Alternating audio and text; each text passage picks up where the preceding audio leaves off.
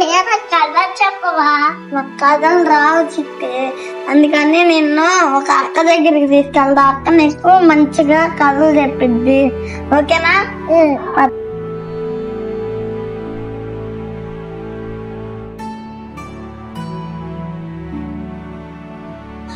అక్క మా చెల్లికి ఒక మంచి కథ చెప్పక్క. ఏం కథ కావాలి? మంచి కథ. మంచి కథ కావాలా? చందమామ కథల్లో ఒక మంచి కథ ఉంది, మీకు చాలా బాగా నచ్చింది. చెప్పనా మరి కథ మీకు?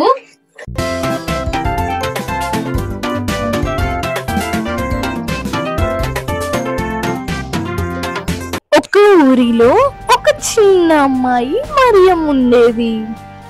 ఆమెకు చాలా వెర్రి మరియు సోమరి. తరచుగా ఆమె ఎటువంటి పని పాట లేకుండా అక్కడ మరియు ఇక్కడ తిరుగుతూ ఉండేది. ఒకసారి ఆమెకి అలా తిరుగుతూ వెళ్ళినప్పుడు ఆమెకి చాలా దాహం వేసింది.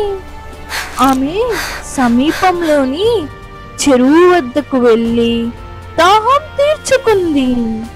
తరువాత ఆమెకు చాలా అలసట మరియు మగతగా అనిపించింది. ఆమె చెరువు ఒడ్డున అక్కడే పడుకుంది. తరువాత ఆమె మేల్కొనేసరికి అప్పటికే రాత్రి అయ్యింది. ఆమె చెరువులోనికి చూసింది, కానీ నీటిలో తన ప్రతిబింబాన్ని కనిపించలేదు. ఆమెకు కొంచెం సందేహం వచ్చింది. నేను నిజంగా ఇక్కడ ఉన్నానా లేదా? సరే, నా ఇంట్లో వాళ్ళని అడిగి చూస్తాను. ఆమె ఇంటికి వెళ్ళి చూస్తే తలుపులు మూసి ఉంది. ఆమె మరియం అక్కడ ఉందా అని గట్టిగా అడిగింది.